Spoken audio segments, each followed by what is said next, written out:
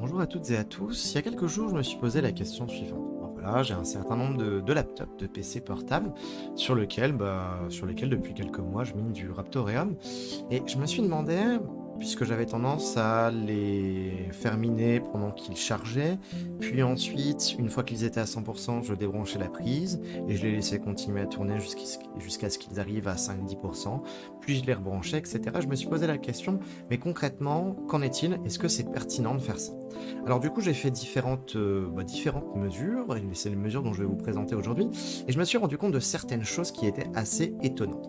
Alors du coup, j'ai fait des mesures sur des laptops qui en l'occurrence sont des HP avec comme processeur un Ryzen 5300 je crois, quelque chose comme ça. Donc c'est pas incroyable, mais je les avais à disposition, donc j'ai tenté. Alors bon, la première chose c'est qu'à chaque fois, vous l'observerez, les mesures, je les ai fait d'abord donc à un pourcentage donné de batterie, branché, donc juste branché, il ne se passe rien sur le PC, et ensuite branché et qui mine en même temps du RTM. J'ai fait des mesures à 100%, à 75% plus, donc 75% jusqu'à 99%, 50% plus, donc 50% jusqu'à 74%, 25% plus, donc 25% jusqu'à 49%, et 15% moins. En fait, de 15% à 25%, c'était la même chose. Et puis à 15% moins, je voulais voir ce qu'il en était. Et la première chose très intéressante que j'ai remarqué, c'est d'observer que, mais ça, c'était logique, un PC portable utilisait peu d'électricité quand sa batterie était pleine.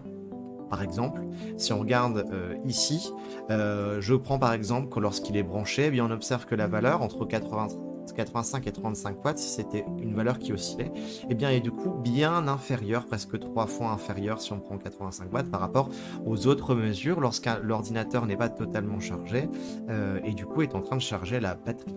Bon ça paraît tout à fait logique. On peut prendre ici comme moyenne par exemple 60 watts.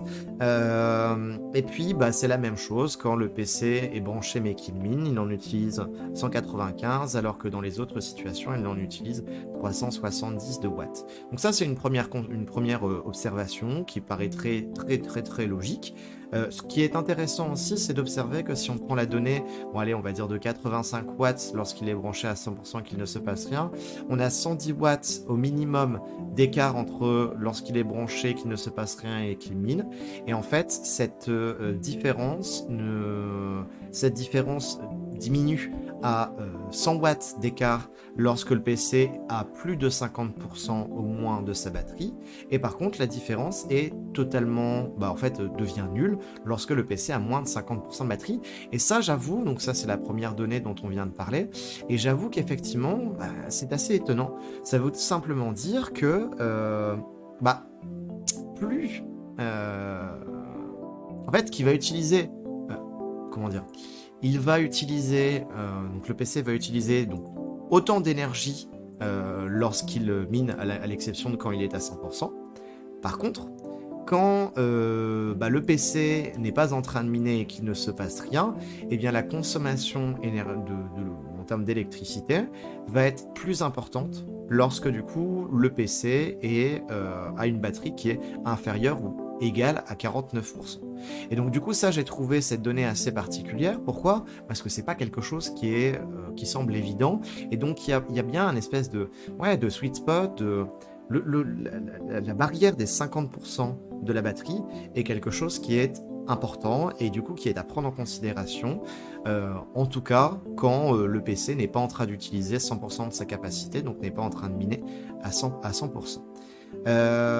Bon, ça je l'ai dit, mais je l'ai mis directement ici en orange, mais c'est vrai qu'il est effectivement assez étonnant de voir que quand on est un pourcentage de batterie inférieur à 50%, et bien en fait la consommation quand le PC ne fait rien et quand le PC le mine est exactement la même. Alors du coup elle est exactement la même, il est possible que ce soit un espèce de maximum. Néanmoins il faudrait faire des tests pour voir si concrètement le temps que met le PC à miner, du coup, à se charger à 100%, eh bien je pense que si on fait quelques petits calculs, on observerait que peut-être que ce serait plus long dans cette partie-là. Bon, voilà, ce serait à voir, mais de toute façon, on va en discuter rapidement après. Mais donc ça, pour moi, c'est la deuxième chose que j'ai trouvée assez particulière. C'est pas logique.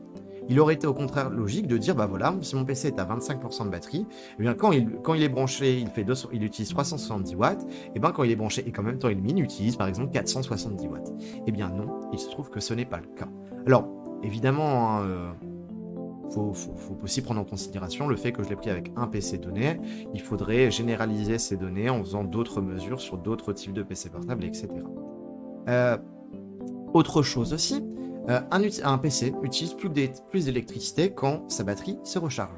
Bon, là-dessus, c'est tout à fait logique, puisque quand la batterie est à 100%, eh bien, il est évident de dire que l'ordinateur n'a pas besoin d'utiliser une consommation d'électrique supérieure pour pouvoir venir charger la batterie.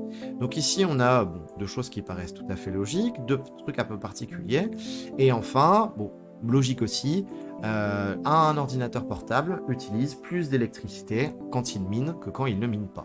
En tout cas, c'est le cas au-dessus de 50%. En dessous de 50%, c'est très bizarre, mais c'est exactement la même chose. Donc ça, c'est 4-5 petites conclusions que j'ai pu en tirer, qui sont pas forcément toutes évidentes, ou en tout cas, c'était pas le cas pour moi. Alors, que peut-on en déduire ? Moi, j'ai envie de dire qu'en regardant ces données, ce qu'on peut en déduire, mais il va falloir faire quelques calculs là-dessus, c'est que visiblement, il est plus pertinent d'utiliser l'ordinateur tout le temps branché à 100% de batterie plutôt que de le débrancher. Mais pour ça, il va falloir faire quelques calculs. Enfin, non, quand je dis plutôt que dans le débrancher, je devrais plutôt dire plutôt que de l'utiliser à un pourcentage inférieur à 100%.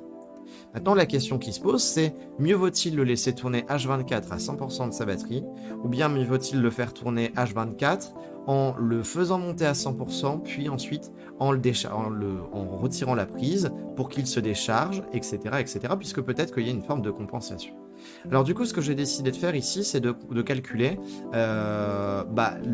tout simplement la quantité de watts que va utiliser l'ordinateur s'il est ici tout le temps branché.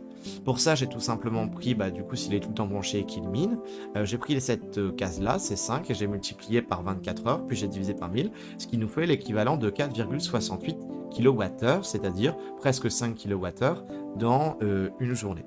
Alors du coup, le nombre de watts pour 24 heures, s'il est à 100%, eh bien du coup je vais prendre directement celui-ci. Alors d'ailleurs c'est pas des watts, c'est plutôt le nombre de kilowatts. Hop, je vais modifier à chaque fois dans mon Excel. Et de la même manière, on pourrait calculer la consommation électrique. Alors la consommation électrique, eh bien du coup elle est de presque 5 kWh multiplié par le prix d'un kWh.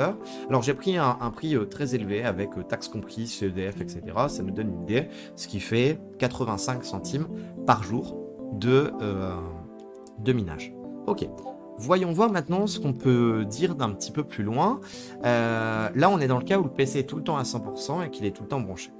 Alors, on pourrait décider maintenant de calculer le nombre de kilowattheures, mais non plus à 100%. Décidons maintenant de calculer la quantité de kilowattheures et donc du coup le prix utilisé. Et bien du coup, si l'ordinateur, on le charge. Pendant que la charge, il mine à 100%, enfin il mine. Et une fois que l'ordinateur est totalement déchargé, eh bien ce qu'on fait, c'est qu'on va tout simplement décider, hop, d'arrêter et de passer à autre chose. Alors pour ça, je vais utiliser du coup les données qui sont ici. Alors là, vous voyez mes tests pour passer de 5% à 100% de batterie les différentes heures. Pour passer de 100% à 5% de batterie, même chose.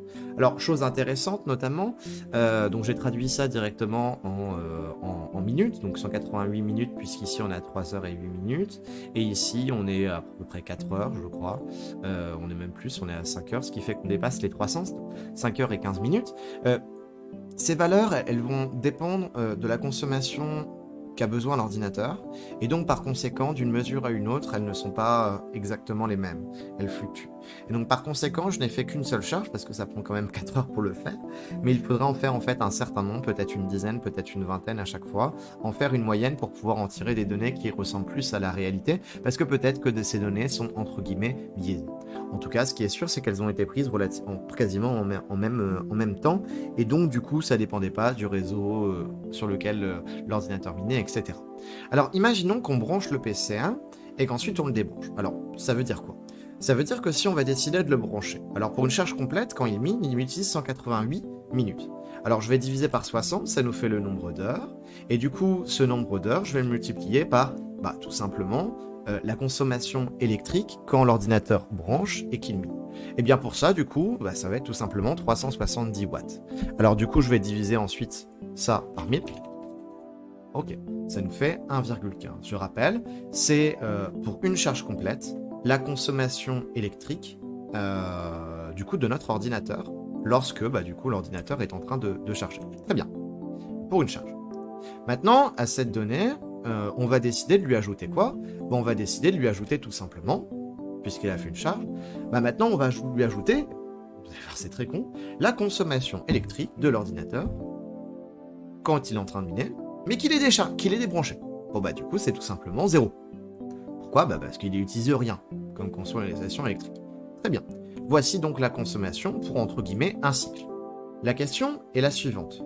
Combien de temps faut-il pour pouvoir, enfin combien de cycles faut-il dans une journée pour pouvoir réaliser du coup nos 24 heures qui sont ici?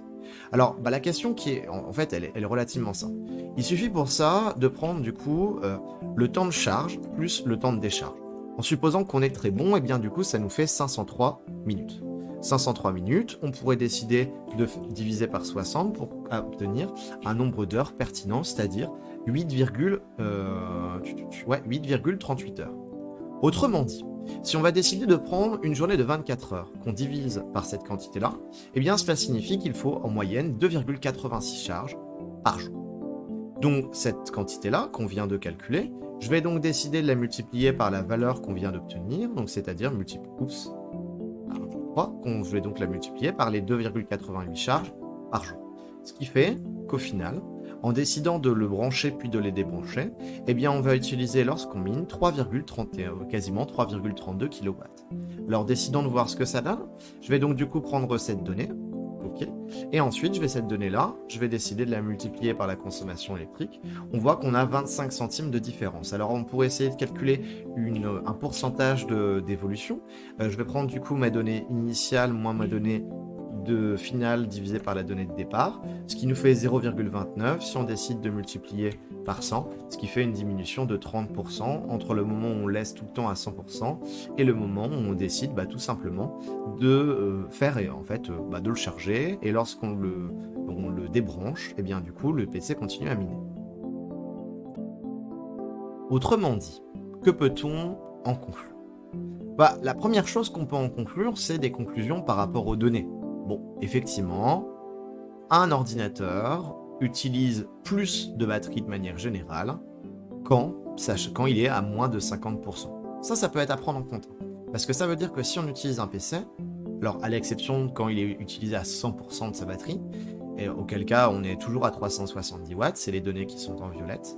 Par contre, quand on est juste sur internet ou autre, eh bien mieux vaut avoir un PC tout le temps au-dessus de 50%, et ça, je trouve ça très intéressant. J'irais même jusqu'à dire un PC qui est à 100%.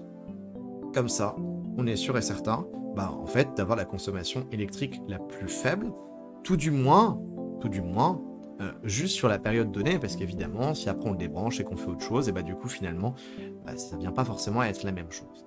Et donc, nous, ce qui nous intéresse, c'est plus spécifiquement par rapport au minage. Eh bien, la conclusion qu'on peut donner, c'est quoi? Si on regarde le temps d'une charge et d'une décharge en minant, eh bien, du coup, le temps de la décharge est presque 2 fois supérieur. Allez, je dirais peut-être 2 fois, peut-être 80% supérieur. Mais en tout cas, les chiffres parlent. La consommation électrique pour un PC est 30% inférieure si on décide de lancer le minage à l'allumage, on le laisse aller jusqu'à 100%, et quand il est à 100%, on le débranche et on le laisse se décharger en minant. Auquel cas, on paye 0,60 centimes d'euros tout simplement par 24 heures, alors que si on le laissait charger tout le temps à 100%, on payerait du coup 25 centimes de plus, autrement dit, on payerait 30% en plus. Alors la question qui peut se poser maintenant, c'est mais qu'en est-il en termes de rentabilité? Parce qu'après tout, la rentabilité est quand même quelque chose qui est particulièrement important. Alors pour ça, je vais directement utiliser un petit site, Optimum Mining Profitability Calculator, sur lequel du coup je vais prendre directement le cas d'un Ryzen 5 4500U qui ressemble très très fortement, je crois, au processeur que j'ai. Alors ce qu'on observe, c'est qu'au niveau du hash rate, on est à 500 hash secondes, ce qui fait qu'avec 9 PC, on se retrouve à 500 fois 9, donc on est à 4500 hash secondes, soit 4 kilo hash secondes, ce qui à peu près correspond à la réalité, je pense. Et puis du coup, si on regarde un petit peu, le nombre de Raptoreum qu'on pourrait miner par jour, il nous dit 11. Ok. Bon bah du coup on va faire nos petits calculs, si on peut en miner 11 par jour, on va pouvoir du coup gain et ensuite on va écrire, on va parler des bénéfices. Alors du coup directement en termes de gain, et ben du coup si on a 11 Raptoreum par jour, on a juste à prendre pardon, bah du coup notre nombre de Raptoreum qu'on va multiplier par son prix, ce qui nous fait, directement hop, 4 centimes par jour. Et puis bah du coup on va décider de prendre ces 4 centimes par jour au prix actuel et on va décider de les soustraire avec le prix au kilowattheure dans ce cas-là. Autrement dit, on a une baisse, très intéressant qu'il a mis directement en rouge, de 55 centimes, ce qui est évident. Reprenons maintenant la situation où le Raptoreum n'est pas à ce prix-là, mais le Raptoreum est au prix qu'on a pu connaître il y a quelques semaines, ou plutôt quelques mois. Quand on prend les données d'il y a quelques mois, et si par exemple on regarde la courbe du Raptoreum, en fait on se retrouve dans une situation où le Raptoreum avait un prix qui était bien supérieur. Allez, prenons par exemple le Raptoreum sur un an. On voit que le Raptoreum est monté à 0,694. Prenons cette donnée-là. 0,0694. Et bien dans ce cas-là, ce qu'il se passe, c'est qu'avec une machine comme ça, on se retrouvait avec un bénéfice, une profitabilité de 16 centimes. Autrement dit, en tout cas dans mon cas, autrement dit, si je décidais de le multiplier cette valeur par 9, puisque j'en ai 9 à la maison, ça me faisait un bénéfice de 1,42 euros par jour, ce qui finalement, au mois, n'est pas si mal. Puisque du coup, si on décide de prendre cette donnée au mois, bah, ça nous fait tout simplement une trentaine d'euros. Ok, une quarantaine d'euros même. Alors ça, c'est super. Ça, c'est super. On avait une profitabilité qui était intéressante. Maintenant, le problème, c'est que notre donnée, et du coup plutôt le cours du Raptoreum, n'est pas celui qui est celui qu'on vient de prendre un exemple. On l'a dit, le cours du Raptoreum est bien inférieur, puisque actuellement, on est à 0,042. Autrement dit, actuellement, c'est avec certitude qu'on peut dire que, en termes de bénéfices, on est bien inférieur. Alors, on est dans le cas d'une consommation à 0,1822. Si on prend une consommation qui est inférieure, par exemple, à une consommation à 0,16, là, on observe qu'on a 50 centimes d'écart. Il suffit que, par exemple, que le prix du Raptoreum soit x10, on est encore là dans une situation où le bénéfice est inférieur. Ok. Alors, ce que ça veut dire, c'est quoi? C'est que concrètement, avec les PC dont on parle, eh bien, le bénéfice n'est plus intéressant. Supposons maintenant que le coût du kilowattheure soit gratuit. Autrement dit, qu'on ne paye pas notre électricité et on prend le cours actuel. Eh bien là, ça signifie tout simplement, on n'a pas de kilowattheure à payer. Ça signifie tout simplement que par jour, on gagne 5 centimes. Ok. Par PC, ça veut dire que là, à l'heure actuelle, on gagne l'équivalent de 40-50 centimes par jour. Bon, c'est pas ouf. Après, on peut toujours dire que sur le mois, ça permet effectivement d'en sortir presque 13 euros. Maintenant, si on suppose et si on croit en le projet Raptoreum et qu'on se dit que le Raptoreum, bon, lorsque le Bitcoin va faire x3, le Raptoreum fera x3, eh bien on se retrouve du coup maintenant à une profitabilité de 1 euro par jour, plus d'1 euro par jour, presque 1,30 €, et donc du coup au mois de 40 balles. Si on suppose que le Raptoreum va faire x10, on se retrouve par mois à une profitabilité de 124 euros. 124 euros, pour donner une idée, alors faire x10, ce serait tout simplement revenir au cours qu'avait le Raptoreum en janvier et février. Faire x10, ça signifierait que le Raptoreum, pour 124 euros, ce serait l'équivalent de, allez, on va dire, 2 cartes graphiques de 3080 sur de l'Ethereum. Donc ça, allez, un petit peu moins que de 3080. Donc finalement, ça permet d'en tirer des informations utiles. Moi, par exemple, de ça, j'en conclus que les PC que j'avais chez moi étaient des PC qui me permettaient en gros uniquement de pouvoir miner parce que parce que ça pouvait potentiellement être rentable. Là en l'occurrence ça n'est pas le cas, donc les PC ça fait quelques jours, même presque semaines, que du coup ils ne minent plus du Raptoreum parce que l'électricité n'est pas gratuite. Si j'étais dans une situation où l'électricité aurait été gratuite, et bien dans ce cas-là j'aurais réagi différemment. C'était tout pour cette vidéo. J'espère que ça a pu peut-être éclairer ou donner quelques idées à certaines personnes pour pouvoir faire des tests ou autres. Et puis je vous souhaite une agréable après-midi. Ciao ciao.